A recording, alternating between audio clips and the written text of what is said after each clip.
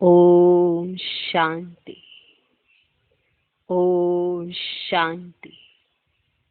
आज की तारीख है 4 जून 2020। साकार महावाक्य। बाबा कहते, मीठे बच्चे, अभी तुम्हें बेहद की पवित्रता को धारण करना है। अभी तुम्हें बेहद की पवित्रता को धारण करना है। बेहद की पवित्रता अर्थात एक बाप के सिवाय और कोई याद ना आए। बेहद की पवित्रता अर्थात एक बाप के सिवाय और कोई याद ना आए। बेहद की पवित्रता, हद की पवित्रता, बेहद की पवित्रता हमें धारण करनी है। बेहद की पवित्रता है ना, एक बाप के सिवाय और कोई याद ना आए और किसी की याद ना आए। बेहद की पवित्रता। जरूर सोचना है इसके बारे में कि क्या होती है बेहद की पवित्रता। वो बेहद के बाप की याद कैसे दिलाती है। क्या है बेहद की पवित्रता, सोचना। ठीक। आज का प्रश्न, बाप से वर्षा लेने के पहले का पुरुषार्थ और उसके बाद की स्थिति में क्या अंतर होता है। बाप से वर्षा लेने के पहले का पुरुषार्थ, माना जब तक हमने बाबा से वर्षा लेना है उससे पहले का पुरुषार्थ और उसके बाद की स्थिति में क्या अंतर होता है। बाप से वर्षा लेने के पहले का पुरुषार्थ, जब तक वर्षा नहीं लिया है तो उस समय का पुरुषार्थ और उसके बाद की स्थिति में क्या अंतर होता है। उत्तर, जब तुम बाप से वर्षा लेते हो तो देह के सब संबंधों को छोड़ एक बाप को याद करने का पुरुषार्थ करते हो। जब तुम बाप से वर्षा लेते हो तो देह के सब संबंधों को छोड़ एक बाप को याद करने का पुरुषार्थ करते हो। और जब वर्षा मिल जाता है तो बाप को ही भूल जाते हो। ये वाला पॉइंट, ये है अंतर। माना जब वर्षा लेते हो तो बाप को याद करते हो, बाकी सब संबंधों को भूल जाते हो। और जब वर्षा मिल जाता है तो बाप को ही भूल जाते हो। ये अंतर है बहुत बड़ा। क्लियर हुआ। माना संगम पर हम वर्षा लेने का पुरुषार्थ कर रहे हैं। कैसे कि देह के सब संबंधों को छोड़कर एक बाप को याद करने का पुरुषार्थ करते हैं। फिर जब हमें वर्षा मिल जाता है तो बाप को ही भूल जाते हैं। अभी वर्षा लेना है इसलिए कोई से भी नया संबंध नहीं जोड़ना है। अभी हमें वर्षा लेना है क्योंकि हमें अभी देह और देह के संबंधी भूलने हैं। पॉइंट बुद्धि में रखना कि अभी हमें भूलने हैं, तो अभी हमें नए संबंध नहीं क्रिएट करने हैं। माना शादी करना, एक तो ऑलरेडी आपको अपने लौकिक में जो संबंधी मिले हैं जन्मते ही, फिर और एक नए संबंध बना देना, फिर उसके बाद संतान का होना, फिर और एक डबल संबंध बना देना। तो ये सारे संबंध पहले आप बना रहे हो, फिर अब आप उन्हें भूलोगे। तो जब वो है ही नहीं तो मेहनत नहीं। जैसे कुमार कुमारी जो होते हैं उन्हें नए कोई संबंध नहीं बनाने हैं, वो जो हैं उनसे बुद्धि हटानी है और एक बाप में लगानी है। लिमिटेड संबंध होते हैं। ठीक। तो वो बहुत जल्दी अगर पुरुषार्थ करें और बहुत सहजता से वो बाप की याद में रह सकते हैं। अब जो गृहस्थी होते हैं उनके ऑलरेडी इतने संबंध होते हैं, उनसे बुद्धि उनको हटानी होती है, लेकिन फिर वो नए भी बना लेते हैं, क्रिएशन करते हैं, नए बना लेते हैं। फिर अब उनमें बुद्धि, अब उन्हें भूलने की मेहनत करो। माना नया बनाया, फिर अब उन्हें भूलो। माना जितने आपको जन्मते जो मिले हैं उनको भूलना तो है ही है, फिर नए क्यों बनाने। तो अभी तुम्हें, क्योंकि ये जो समय है अभी वर्षा लेने का है, अभी समय वर्षा लेने का है और सभी संबंधों से बुद्धि हटाने का है, तो नया संबंध हमें नहीं बनाना है। तो अभी वर्षा लेना है, इसलिए कोई से भी नया संबंध नहीं जोड़ना है। एक ये बात हो गई शादी करना, एक है नाम रूप की बीमारी में फंसना। माना आप बहुत फ्री हो, स्वतंत्र हो, कुमार कुमारियां भी हैं, कोई भी है, स्वतंत्र है हर चीजों से, लेकिन वो अपने एक बंधन डाल देता है, किसी ना किसी में नाम रूप में अटक जाता है। चाहे सखी सखी अटक जाती है, सखा सखा अटक जाता है, दो भाई आपस में एकदम बुद्धि से इतनी तार जोड़ देते हैं, दो बहनें आपस में बुद्धि से इतनी तार जोड़ देती हैं, कुछ भी नहीं कार्य कर सकते एक दूसरे के बिना। तो ये क्या किया उसने, एक नया संबंध, चाहे दोस्ती का ही हो, पर वो नया संबंध क्रिएट किया। अब वो जब नया संबंध क्रिएट किया तो बुद्धि तो जाएगी। पहले आप भगवान को याद कर सकते थे क्योंकि लिमिटेड आपके संबंध थे, तो आप उनसे बुद्धि हटा सकते हो। अब आपने एक नए संबंध बना दिए और उसमें नाम रूप की बीमारी में फंस गए हो। पहले के कट नहीं रहे, अभी तक उनसे बुद्धि हट नहीं रही, और नए और क्रिएट कर लिए, अब उनसे भी बुद्धि हटाओ फिर, क्योंकि अभी तो हमें वर्षा लेना है। अभी लेना है माना कि हमें चारों तरफ से संबंध तो हटाने पड़ेंगे, बुद्धि हटानी पड़ेगी। बहुत सिंपल सा मेथड है। जितने भी आपके पास अभी बुद्धि में संबंध हैं उनको भूलना है बुद्धि से, तो नए नहीं क्रिएट करने चाहिए। माना किसी के भी नाम रूप में नहीं फंसना चाहिए। अगर फंस गए और थोड़े समय के बाद तो आपको याद तो आ ही जाएगा कि अरे ये फंस गए, और बुद्धि बार बार जा रही है, तो आपने क्रिएट किया, उसमें अपने आप को फंसाया। अब आपने पहले फंसाया, अब निकालने की मेहनत करो। तो ना तो फंसाओ, ना निकालने की मेहनत करनी पड़े, ना ही उस रास्ते जाओ जहां से वापस आने के लिए मेहनत करनी पड़े। जाना ही नहीं है उस रास्ते पर जहां से वापस आने के लिए फिर से मेहनत करनी पड़े। अभी वर्षा लेना है, इसलिए कोई से भी नया संबंध नहीं जोड़ना है, नहीं तो भूलने में मुसीबत होगी। क्योंकि भूल नहीं पाएंगे, नाम रूप की बीमारी लग गई है, उसमें बुद्धि अटक चुकी है, घड़ी घड़ी बुद्धि वहां जा रही है। अब मालूम भी है ये गलत है, फिर भी जा रही है, तो अब जा रही है तो निकालोगे तो है ही, तो नहीं तो भूलने में मुसीबत होगी। सब कुछ भूल एक बाप को याद करो तो वर्षा मिल जाएगा। सब कुछ भूल एक बाप को याद करो तो वर्षा मिल जाएगा। माना संगम युग पर हम खड़े हैं और हमें ये समझ मिल रही है कि अभी हमें भविष्य के लिए वर्षा लेना है, तो एक ही पुरुषार्थ करना है, क्या? सबको भूल अपनी बुद्धि बाप में लगानी है, उनको याद करना है, सब तरफ से बुद्धि हटानी है। बाकी सारा कल्प मिलेगा आपको दूसरों को याद करने के लिए। एक संगम युग, थोड़ा सा समय, जब आपको सिर्फ और सिर्फ परमात्मा के लिए अपनी बुद्धि लगानी है, अपने फायदे के लिए, तो सब कुछ भूल याद करना है। तो नया कोई भी संबंध या नाम रूप की बीमारी या कहीं पर भी अपना हिसाब किताब नहीं जोड़ना चाहिए, क्योंकि उसको भी भूलना पड़ेगा। समझ तो आएगी आएगी। कोई भी नया संबंध जुड़ता है ना तो बुद्धि घड़ी घड़ी वहां जाती है। धीरे धीरे धीरे धीरे धीरे फिर क्या करते हैं, उस संबंध से अपने आप को निकालने की कोशिश करते रहते हैं। फंसाई क्यों?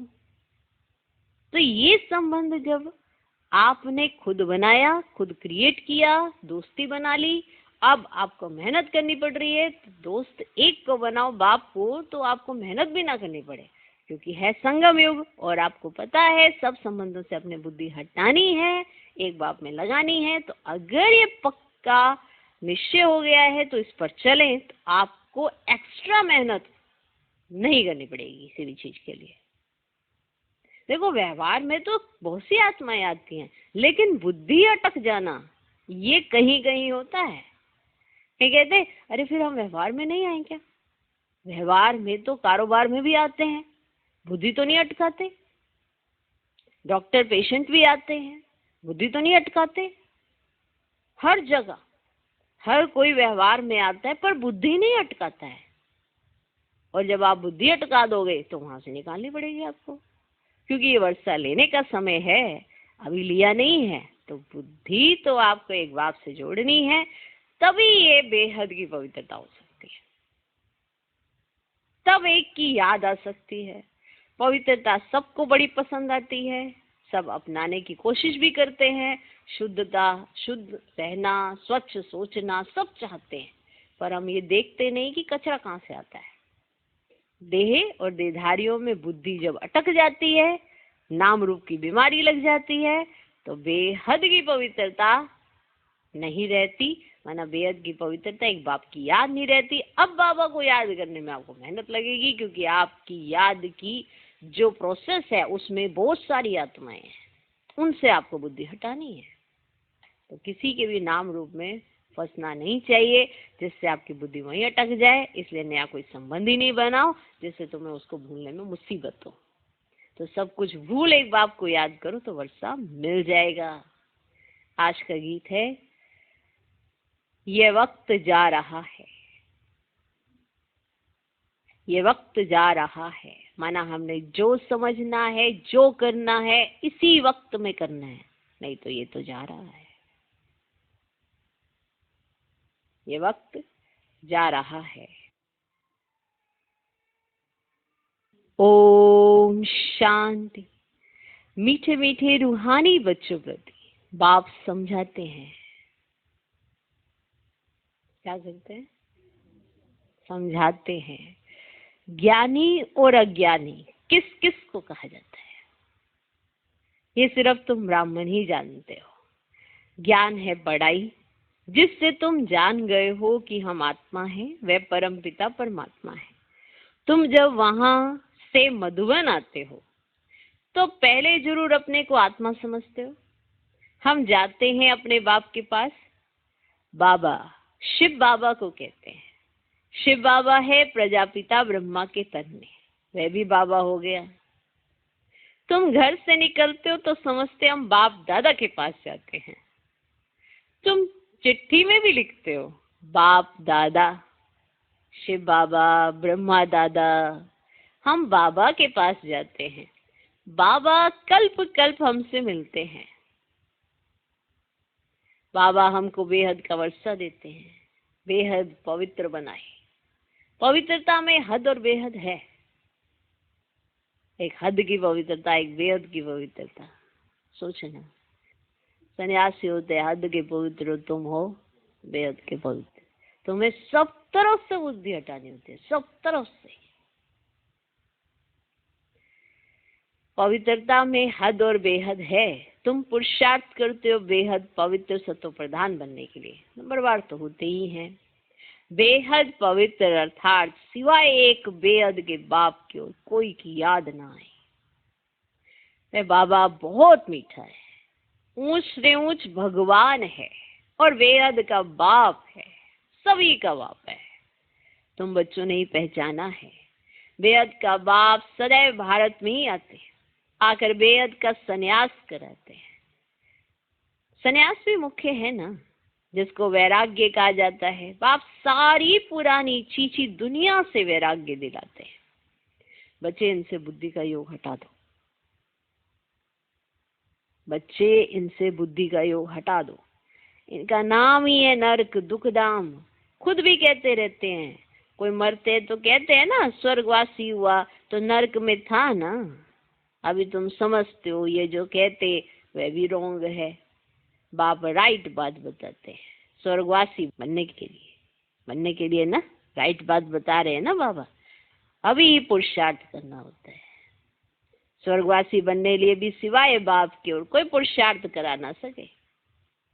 तुम अभी पुरुषार्थ कर रहे हो 21 जन्मों के लिए स्वर्गवासी बनाने वाला है बाप। उनको कहा जाते हैं ओनली गॉड फादर। खुद आकर कहते हैं बच्चों हम पहले तुमको शांति धाम ले जाऊंगा। मालिक है ना, शांति धाम जाकर फिर आएंगे सुख धाम में पाठ बजाने। हम शांति धाम जाएंगे तो सब धर्म वाले शांति धाम जाएंगे। बुद्धि में ये सारा ड्रामा का चक्र रखना है। हम सब जाएंगे शांति धाम, फिर हम ही पहले आकर बाप से वर्षा पाते हैं। जिससे वर्षा पाना होता है ना, उनको याद जरूर करना होता है। जिससे वर्षा पाना होता है ना, उनको याद जरूर करना है। बच्चे जानते हैं वर्षा मिल जाएगा तो फिर बाप की याद भूल जाएगी। वर्षा बहुत सहज रीति मिलता है। बाप सम्मुख कहते, मीठे बच्चों, तुम्हारे में जो भी देह के संबंध हैं सब भूल जाओ, सब भूल जाओ। अभी कोई भी नया संबंध नहीं जोड़ना है। अगर कोई भी संबंध जोड़ेंगे तो फिर उनको भूलना पड़ेगा। समझो बच्चा व बच्ची पैदा हुए तो वह भी तो मुसीबत हुई ना, एक्स्ट्रा याद बढ़ी ना। बाप कहते सबको भूल, एक को ही याद करना है। वही हमारे माता पिता टीचर गुरु आदि सब कुछ है। एक बाप के बच्चे हम भाई बहन है, चाचा मामा आदि का कोई संबंध नहीं। ये एक ही समय है जबकि भाई बहन का संबंध ही रहता है। ब्रह्मा के बच्चे शिव बाबा के बच्चे भी हैं, तो पोत्रे पोत्रियां भी हैं। ये तो पक्का बुद्धि में याद आता है ना, नंबरवार पुरुषार्थ अनुसार। स्वदर्शन चक्रधारी तुम बच्चे चलते फिरते बनते हो। तुम बच्चे इस समय चैतन्य लाइट हाउस हो। तुम्हारी एक आंख में मुक्ति धाम, दूसरी आंख में जीवन मुक्ति धाम है। वह लाइट हाउस जड़ होते, तुम हो चैतन्य। तुम्हें ज्ञान का नेत्र मिला है, तुम ज्ञानवान बन सबको रास्ता दिखाते हो। बाप भी तुम्हें पढ़ा रहे हैं। तुम जानते हो ये दुख धाम है। हम अभी संगम पर हैं, बाकी सारी दुनिया कलयुग में है। संगम पर बाप बच्चों के साथ बैठ बात करते हैं और बच्चे ही यहाँ आते हैं। कोई कोई लिखते हैं, बाबा फलाने को ले आवे, अच्छा है गुण उठाएगा शायद तीर लग जाए। तो बाबा को भी रहम पड़ता है, हो सकता है कल्याण हो जाए। हाँ देखो, हर पॉइंट पे बाबा की समझानी अलग होती है ना, समझने की जरूरत है। कौन से बच्चे ने पूछा, किस बच्चे के लिए पूछा, ये बाबा उस बच्चे को देखकर समझ गए वो बच्चा कौन है। क्या कहते, बाबा तो कहते यहाँ नहीं लाना। बाबा से जो बच्ची पूछ रही है वो पक्के बच्चे के लिए पूछ रही है, तो इसलिए बाबा उसको कह रहे हाँ शायद और भी अच्छा तीर लग जाए।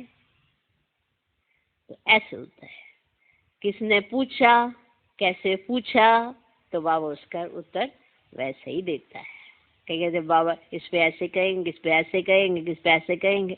तो कौन सी बच्ची पूछ रही, निश्चय बुद्धि बच्ची पूछ रही, जिसको ये क्लियर है कि बाबा के सम्मुख किसको लाना है, तो बाबा उसको उत्तर भी ऐसा देता है।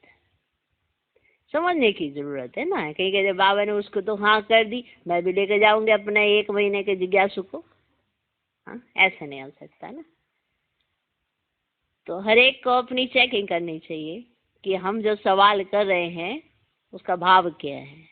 तो जिस बच्ची ने पूछा, क्या पूछा, क्या उत्तर दिया बाबा ने, उसका अर्थ क्या है, ये समझने की जरूरत होती है।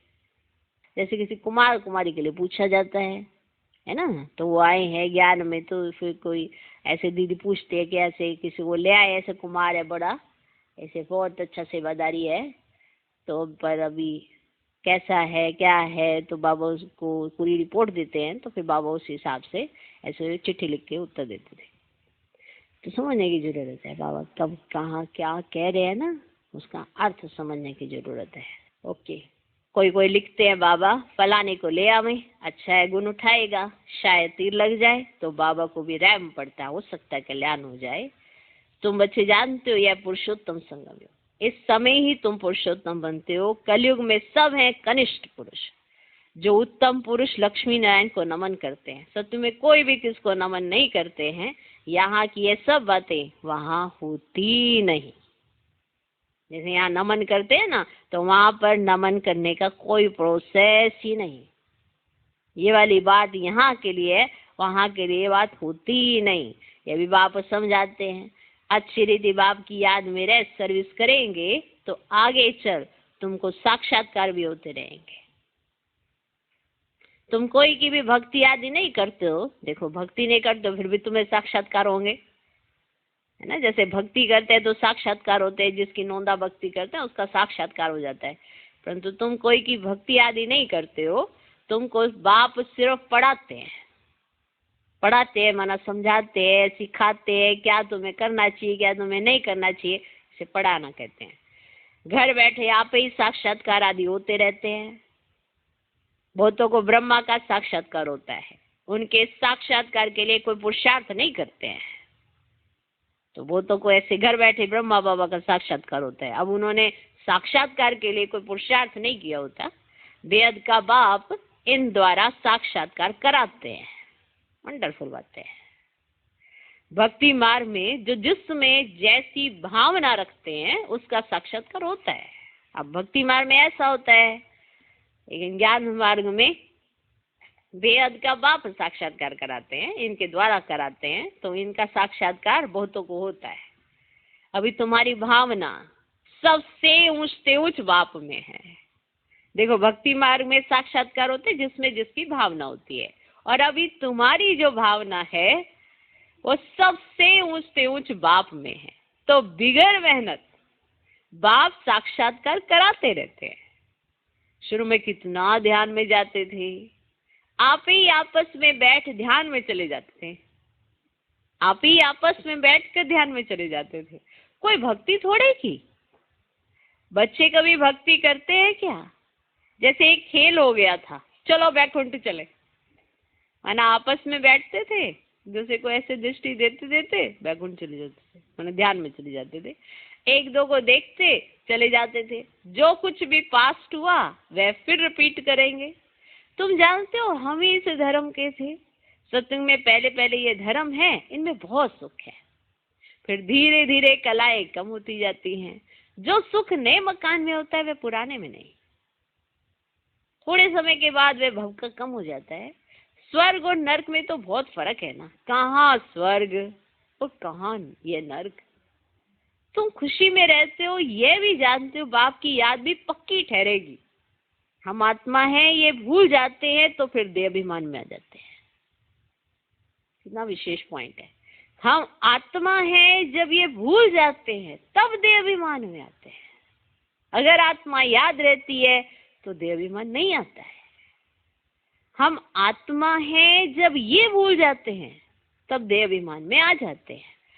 यहाँ बैठे हो तो भी कोशिश करके अपने को आत्मा निश्चय करो तो बाप की याद भी रहेगी। देह में आने से फिर देह के सब संबंध याद आएंगे। ये एक लो है। आत्मा समझेंगे बाप याद आएगा, देह समझेंगे देहधारी याद आएंगे। ये एक लो है, माना देह समझा ही और बुद्धि देहधारियों में गई, देही समझा ही और बुद्धि बाप में गई। ये एक लो है, माना एक नियम बना हुआ है। तुम गाते भी हो मेरा तो एक दूसरा ना कोई, गाते हो। ये आत्मा ने कहा, आत्मा को ये रियलाइजेशन है कि उसका एक ही है, दूसरा ना कोई। बाबा हम बलिहार जाएंगे, वे अभी समय है एक को ही याद करना है। आंखों से बल किसको भी देखो, घूमो फिरो, सिर्फ आत्मा को बाप को याद करना है। शरीर निर्वाह अर्थ कर्म भी करना है। ऐसा नहीं कि शरीर निर्वाह कर्म ही नहीं करना, हम तो बैठ जाएंगे ऐसे समाधि लगा के, बस हमें तो बाप को याद करना है। नहीं, शरीर निर्वाह अर्थ कर्म भी करना है, परंतु हाथों से काम करते दिल बाप की याद में रहे। आत्मा को अपने माशूक को ही याद करना है।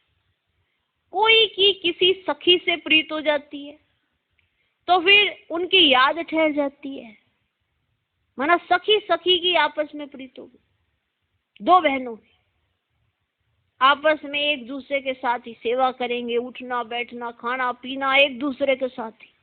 अगर वो सखी दूसरी किसी सेवा पे चली गई, बस सखी का हाल बुरा, कहीं उसका दिल ना लगे, मन चित्त कहीं ना लगे। तो लग गई ना प्रीत।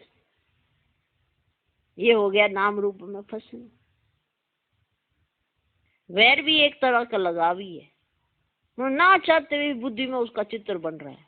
तो ना मित्रता रखो, ना दुश्मनी रखो, ना उसका चित्र बनाओ।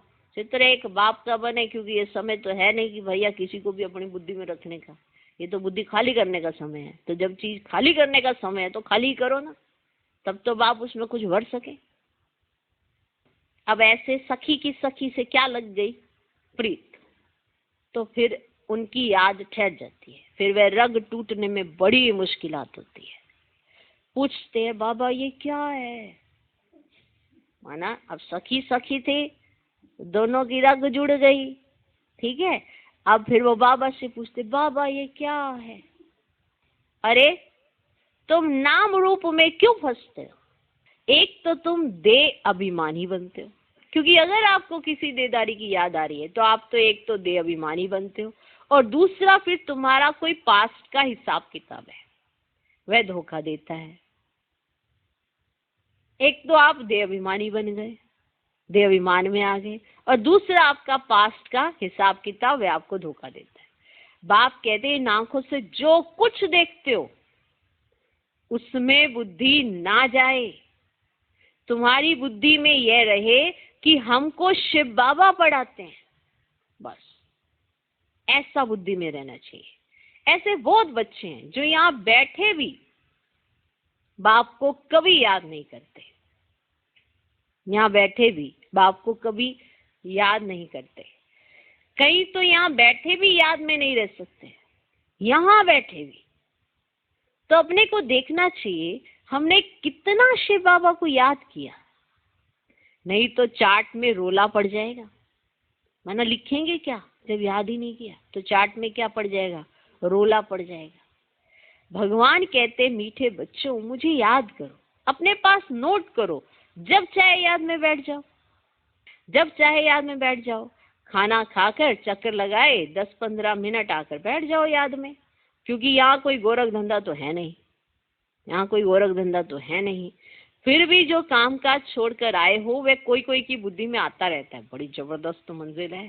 तब बाबा कहते हैं अपनी जांच करो, ये तुम्हारा मोस्ट वैल्यूबल टाइम है। भक्ति मार्ग में तुमने कितना टाइम वेस्ट किया है, दिन प्रतिदिन गिरते ही रहते हो। कृष्ण का दीदार हुआ, बहुत खुशी हो जाती है, मिलता तो कुछ भी नहीं।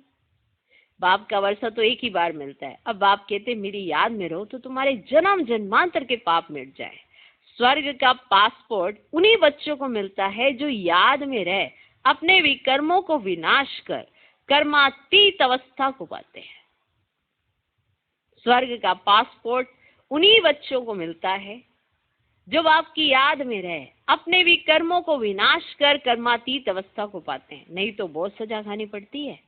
बाबा और भी राय देते हैं, अपने ताज और तख्त का फोटो अपने पॉकेट में रख दो तो याद रहेगी, इनसे हम ये बनते हैं। जितना देखेंगे उतनी याद आएगी, फिर उसमें ही मोह लग जाएगा, फिर उसमें ही मोह लग जाएगा। माना आपको क्या बनना है, फिर आपकी बुद्धि वहीं लगी रहेगी।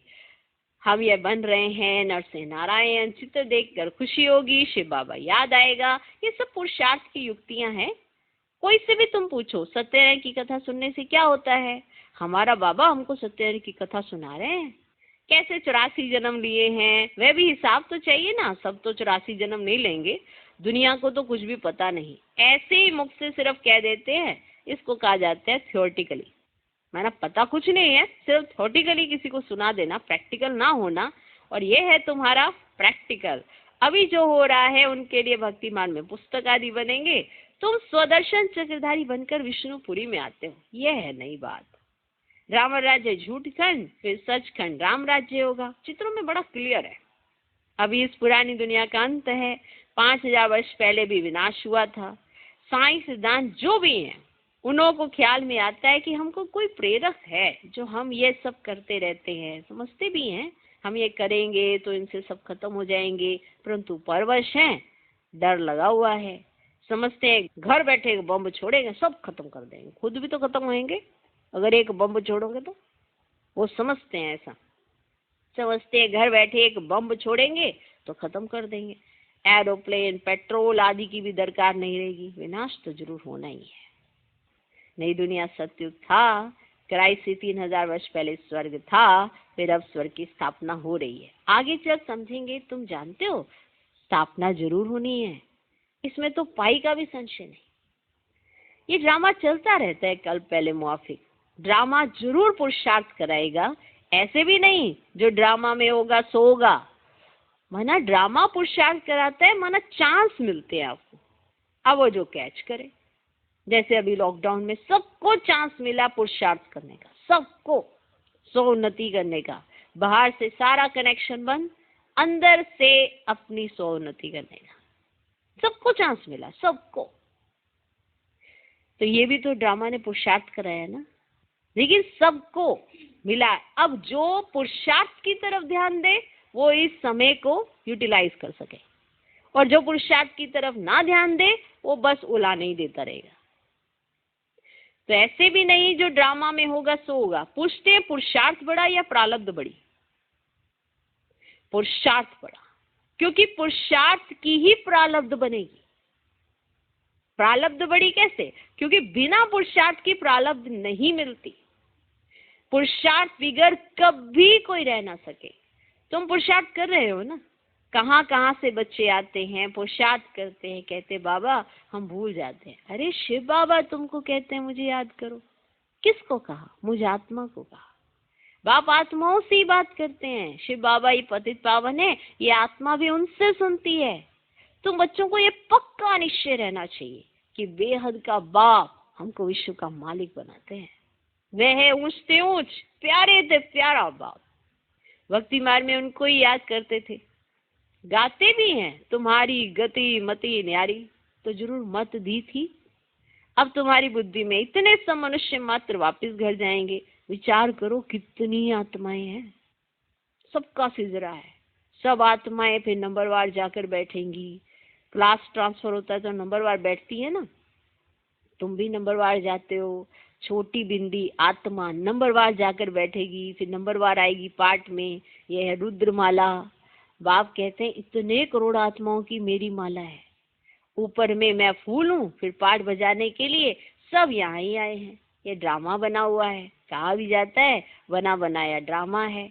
कैसे ये ड्रामा चलता है सो तुम जानते हो। सबको यही बताओ कि अपने को आत्मा समझ, बाप को याद करो, तो तुम्हारे विक्रम विनाश होंगे, फिर तुम चले जाएंगे। ये मेहनत है, सबको रास्ता बताना है, तुम्हारा फर्ज है। तुम कोई देधारी में नहीं फंसाते हो। बाप कहते हैं मुझे याद करो तो पाप भस्म हो जाएंगे। बाप डायरेक्शन देते हैं सो तो करना पड़ेगा। बाप डायरेक्शन देते हैं सो तो करना पड़ेगा। पूछने की क्या बात? कैसे भी करके याद जरूर करो। इसमें बाबा क्या कृपा करेंगे? याद तुमको करना है, वर्षा तुमको लेना है। बाप स्वर्ग का रचयिता, जरूर स्वर्ग का वर्षा मिलेगा। अभी तुम जानते हो ये झाड़ पुराना हो गया है, इसलिए पुरानी दुनिया से वैराग्य है। इनको कहा जाता है बेहद का वैराग्य। वह हठ योगियों का हद का वैराग्य है, वह बेहद का वैराग्य सिखला ना सके। बेहद के वैराग्य वाले फिर हद का कैसे सिखलाएंगे? अब बेहद के वैराग्य वाले फिर हद का कैसे सिखलाएंगे? अब बाप कहते सिखला दे बच्चे। तुम भी कहते हो कितना सिखलदा बाप है।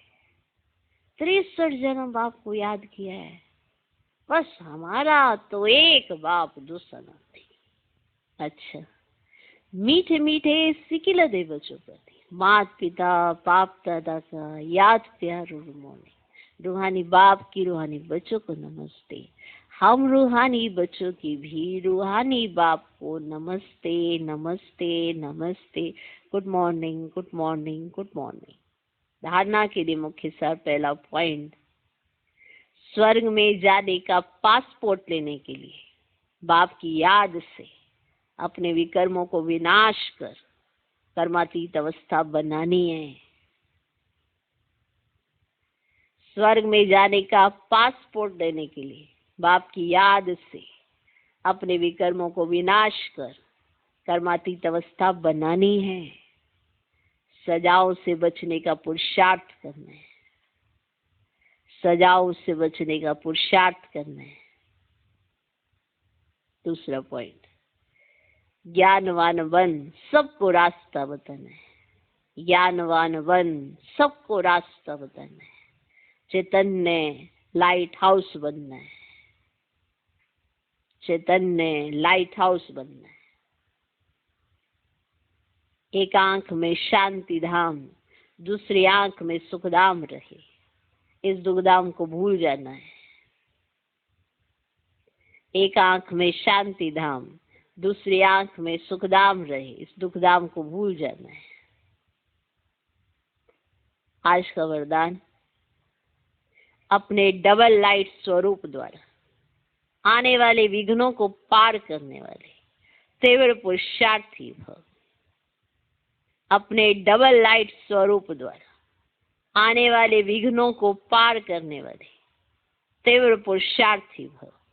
आने वाले विघ्नों में थकने व दिल शिकस्त होने के बजाय सेकंड में स्वयं के आत्मिक ज्योति स्वरूप और निमित्त भाव के डबल लाइट स्वरूप द्वारा सेकंड में हाई जंप दो।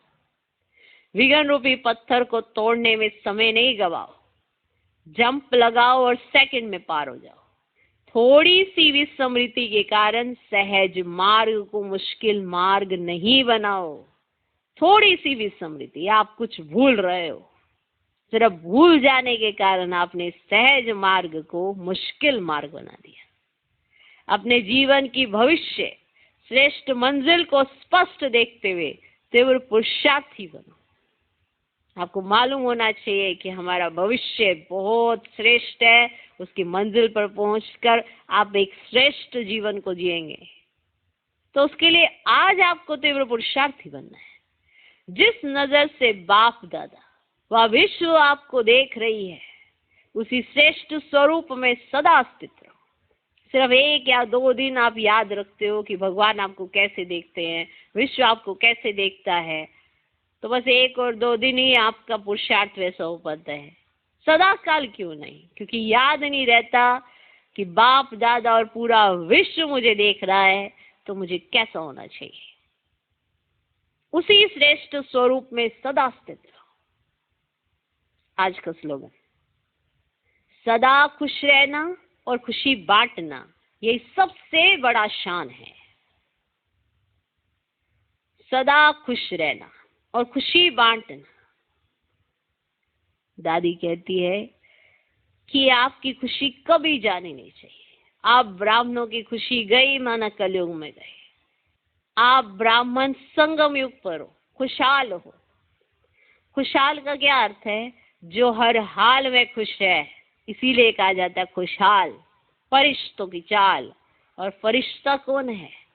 जिसे अपने चाल चलन पर पूरी नजर है और जिसकी बुद्धि बाप के साथ है, वही खुश रह सकता है। इसीलिए खुशहाल रहो। दादी ने बड़े अच्छे से बताया, खुशहाल रहो। कौन हो? कौन मिल गया? बाबा, जो भगवान है, भगवान जिसे सारी दुनिया ढूंढती है, सिर्फ एक नजर की प्यासी रहती है, वो भगवान आपकी पालना करता है। आपकी खुशी का तो ठिकाना ही नहीं होना चाहिए। आपकी खुशी तो कभी नहीं जानी चाहिए। अगर आपकी खुशी जाती है तो आप ये भूलते हो कि बाबा कौन है, तभी जाती है। और जो हर हाल में खुश रहता है, वही खुशहाल होता है। और हमें तो खुशहाल रहना है, क्योंकि हमारे साथ भगवान है। और जिसके साथ भगवान होता है, उसकी खुशी कभी कोई छीन नहीं सकता, ना ही उसे जा सकती है। तो सदा खुश रहना और खुशी बांटना, यही सबसे बड़ा शान है। ओम शांति।